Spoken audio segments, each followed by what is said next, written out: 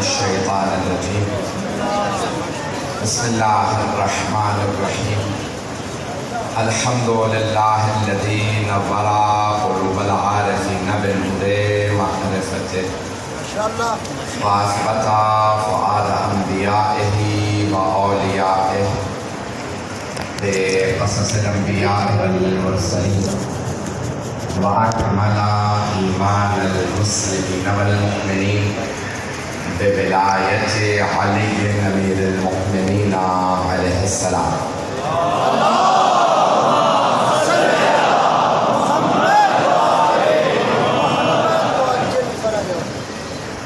والصلاة والسلام والتحية والإكرام على أفضل الموجودات العبد المؤيد والرسول المسدد المصطفى الأمجد المحمود الأحمد أعني أبا القاسم محمد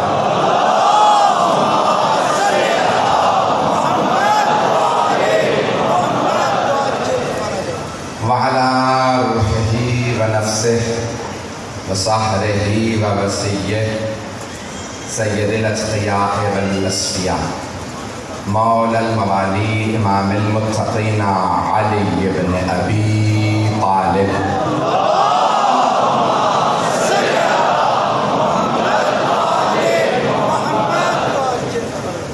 وعلى أوصيائه لا سيما بقية الله في الأرضين روحي وأرواح العالمين لتراب مقدمه الفدا واللعنة الدائمة على أعدائهم أجمعين من الآن إلى قيام يوم الدين. أما بعد فقد قال سيد الساجدين وزين العابدين عليه الصلاة والسلام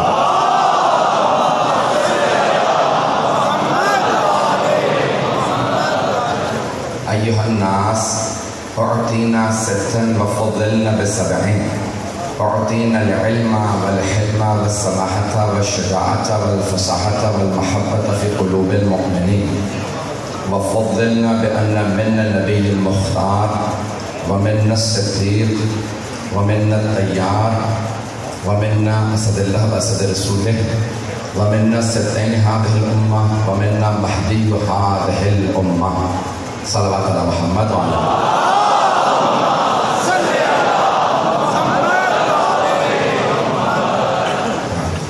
مجھے اندازہ ہے کہ لوگ بہت دیر سے تشریف فرما ہیں اور حرارت بھی کافی زیادہ ہے.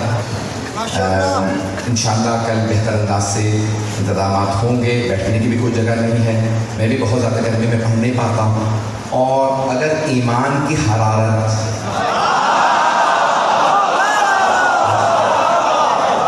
انسان کے دل میں ہو تو انسان کسی سر ترین مرحلے میں بھی چلا جائے تو اس کی حرارت اسے زندہ رکھتی ہے. یہ حرارت ہے جو انسان کو زندہ رکھتی ہے. علامت ہے زندگی کی. مردے سرد ہو جاتے ہیں.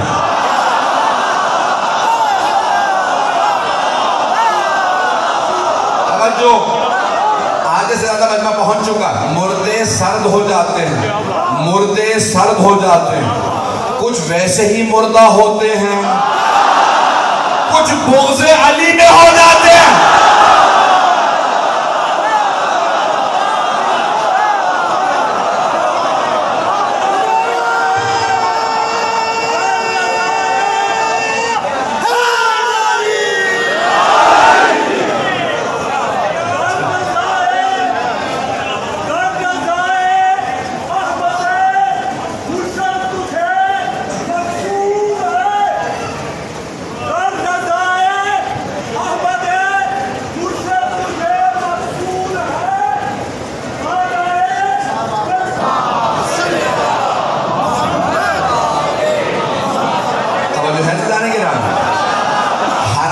ایمان کی علامت ہے.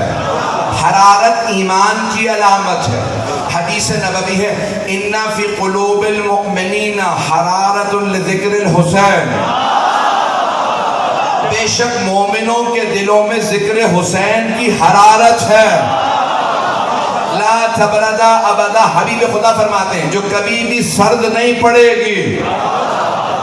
مومنوں کے دلوں میں ذکر حسین کی حرارت ہے جو کبھی سرد نہیں پڑے گی، سرد نہیں پڑے گی، چاہے وہ لاہور میں ہو، لندن میں ہو، دنیا کے کسی حصے میں ہو۔ محرم آئے گا، مومن کا تڑپنا بتائے گا محرم آ گیا۔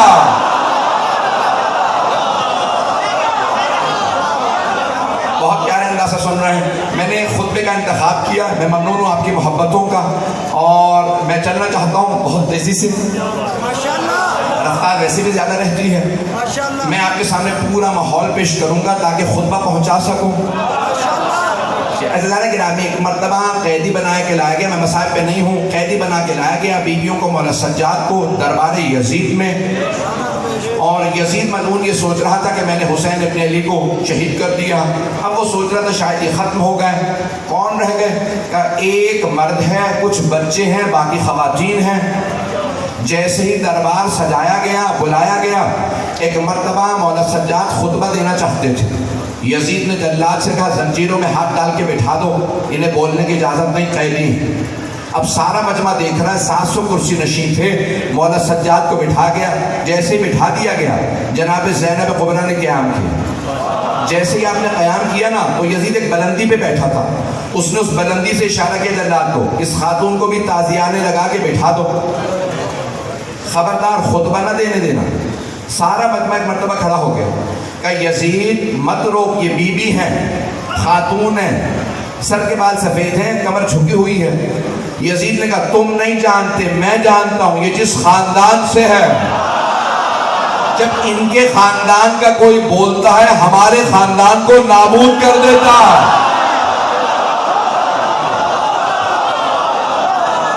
بھائی ایسے سنیے گا، حرارت بہت زیادہ ہے، مجھ سے پڑھانے جا رہا ہوں، اب آپ پڑھوائیں گے میں پڑھوں گا۔ یعنی یزید کو بھی پتا تھا جب خاندان اہل بیت سے کوئی بولے تو اس کا خاندان نابود ہو جاتا ہے، وہ بنا ہی نابودی کے لیے تھا۔ ایک مرتبہ یزید نے کہا تمہیں نہیں معلوم یہ کون ہے؟ ان کے خاندان کا جب کوئی آدمی بولتا ہے ہمارے خاندان کو نابود کر دیتا۔ ایک مرتبہ کہا کہ بٹھا دو، انہیں روک دو۔ اب تک یزید نے کئی مرتبہ جناب زینب سے خطاب کیا تھا، بی بی نے جواب نہیں دیا تھا، وہ بولتا تھا، بی بی کہتی تھی تجھے اس لائق نہیں سمجھتی، تو بی بی فرماتی تھی میں تجھے اس لائق نہیں سمجھتی کہ تیرے سلام کا جواب دوں۔ پہلے اس نے کلام کیا، جب بی بی نے جواب نہیں دیا اس نے سلام کیا، بی بی نے پھر بھی جواب نہیں دیا۔ توجہ ہو، سلام کا جواب دینا واجب ہے۔ کسی مسلمان میں جرت ہے نا تو کہو رسول کی نواسی کو یہ مسئلہ نہیں پتا تھا کہ سلام کا جواب دینا واجب ہے، یا پھر مانو وہ اسے مسلمان نہیں مان۔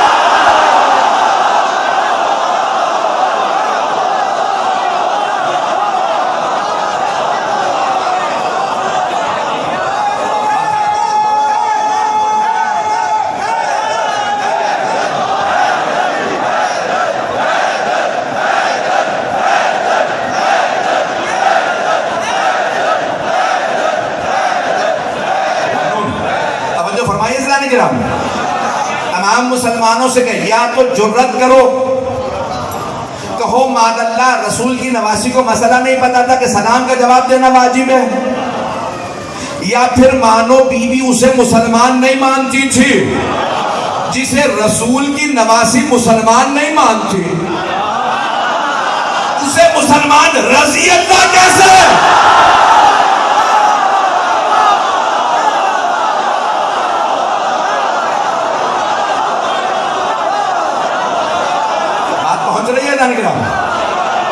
بھائی اسی طرح جلدی رہیے گا۔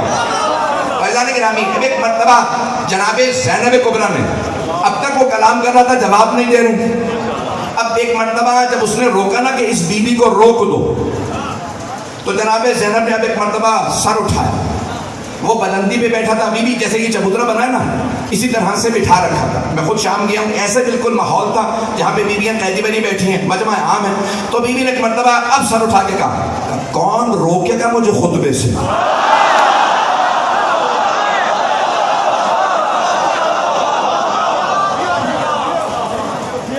کون روکے گا مجھے خطبے سے؟ یبنت طلقاء، کس کو کہہ رہی ہیں؟ یزید کو، کہ یبنت طلقاء، طلقاء جمع ہے طلیق کی۔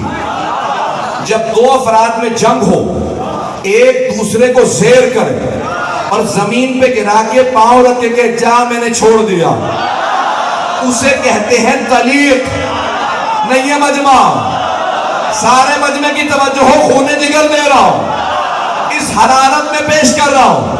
بی بی نے کہا یبنت طلقاء، اسے نہیں کہا تو طلیق ہے۔ بھول گیا باپ دادا کو؟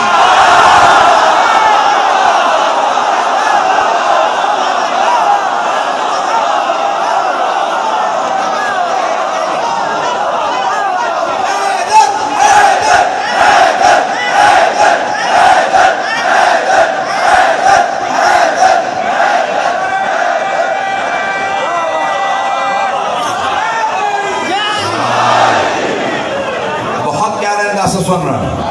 تو بی بی نے فرمایا یبنت طلقاء، تو بیٹا ہے ان کا جو طلیق ہے۔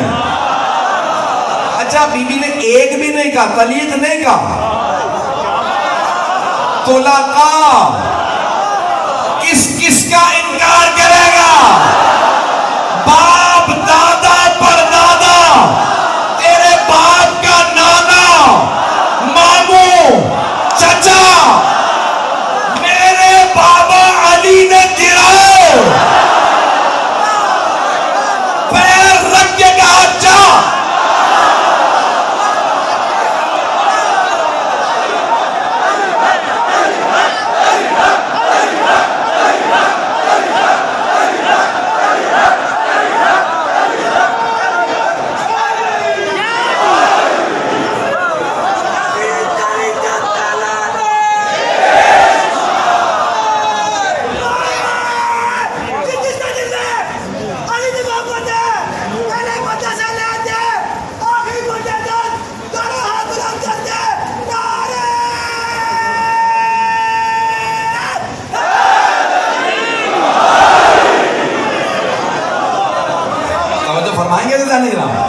بھئی اسی محبت سے چلتے رہیے۔ تو بی بی نے فرمایا یبنت طلقاء۔ آگے میں کچھ اور پیش کرنے والا ہوں، اس لیے روک کے آگے بڑھ رہا ہوں۔ یبنت طلقاء، فتح مکہ بھول گیا؟ کچھ لوگوں نے قرآن سن کے اسلام قبول کیا، کچھ نے پیغمبر کا فرمان سن کے اسلام قبول کیا، کچھ نے فتح مکہ پہ ذلیل ہو کے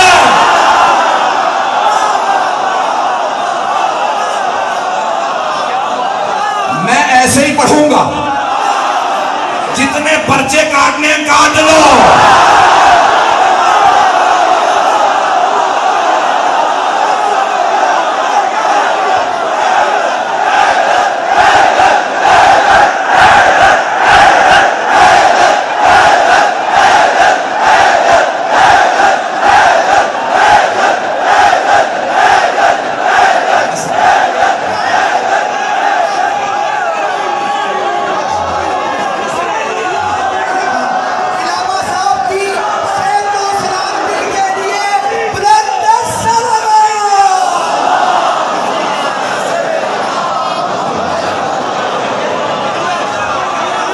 جو ہے زدان گرام،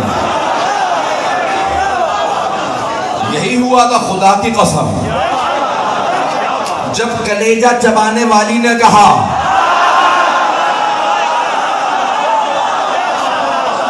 ابو سفیان لڑتا کیوں نہیں؟ اس نے کہا اب لڑنے لائق رہے نہیں۔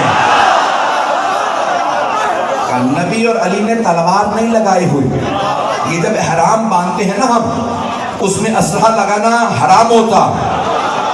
خدا کی قسم تمام مسلمانوں کا یہی مسئلہ، جب احرام باندھو تو تلوار نہیں لگا سکتے، اسلحہ ساتھ نہیں رکھ سکتے حالت حرام میں۔ کہ یہ نہتے آئے ہیں، علی کے پاس ذوالفقار نہیں ہے، یزید کے دادا نے کہا نہ ہو، علی علی ہے۔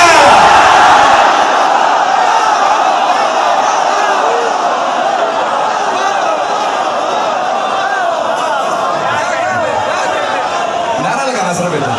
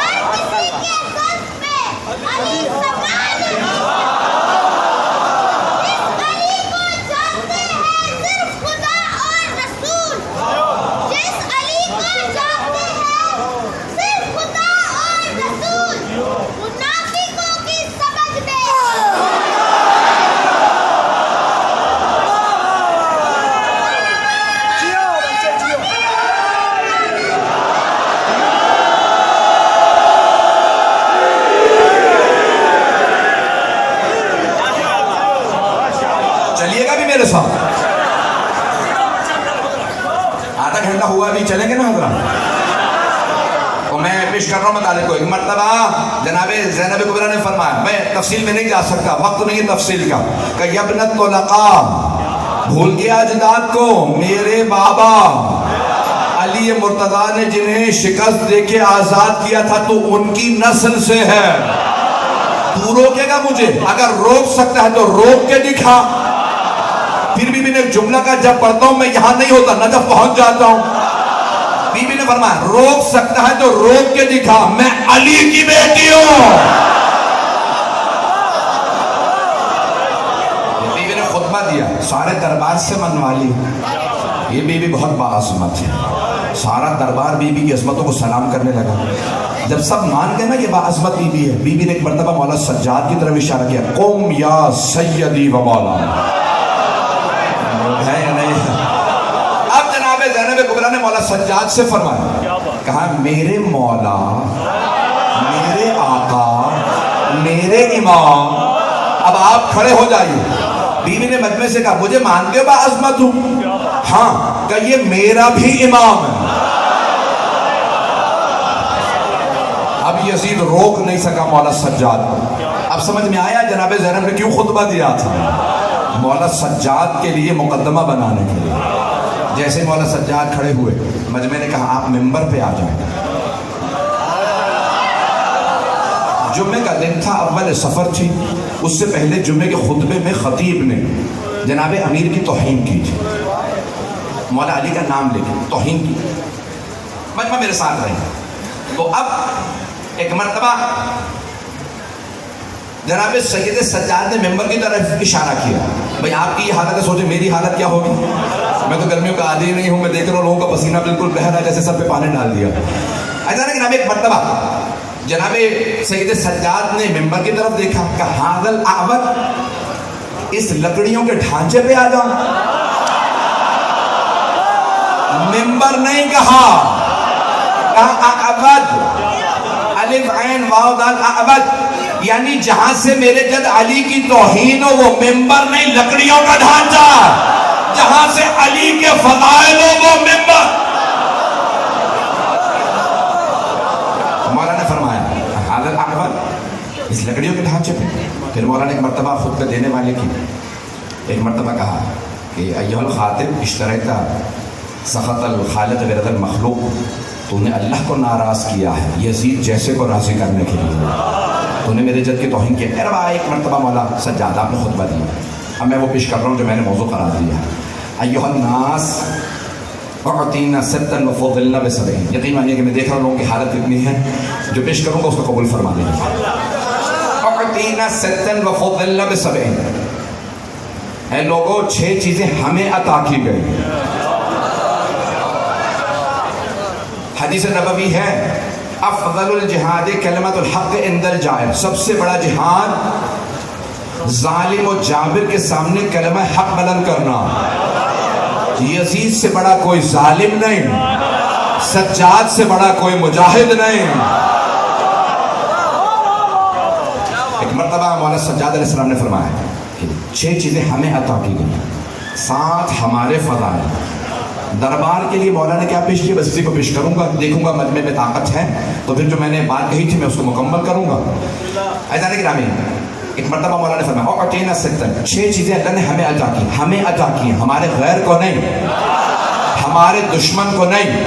اللہ نے 6 چیزیں ہمیں عطا کی. اعطینا 6 چیزیں اللہ نے ہمیں عطا کی. اعطینا العلم والحلم والسماحت والفصاحت والشجاعت والمحبت فی قلوب المؤمنین. میں نے ترجمہ نہیں کیا، گرمی کی شدت بہت زیادہ. عزیزان گرامی، مجھے پورا احساس ہے، بہت سے بزرگ بیٹھے، بہت سے بیٹھا نہیں جا رہا، بہت سے افراد سے. مولا فرماتے ہیں 6 چیزیں اللہ نے ہمیں عطا کی ہیں. علم اللہ نے ہمیں عطا کیا. یزید، علم اللہ نے ہمیں عطا کیا، تیرے پاس نہیں ہے. والحلم، بردباری، صبر و تحمل اللہ نے ہمیں عطا کیا. والسماحت، بزرگواری، توجہ نہیں پہنچا سکا، بزرگواری اللہ نے ہمیں عطا کی. یزید تخت پہ بیٹھ جانے سے کوئی بزرگ نہیں ہو جاتا. بڑے بڑے تخت پہ آ گئے تھے، جوان تھے، اہل بیت تھے،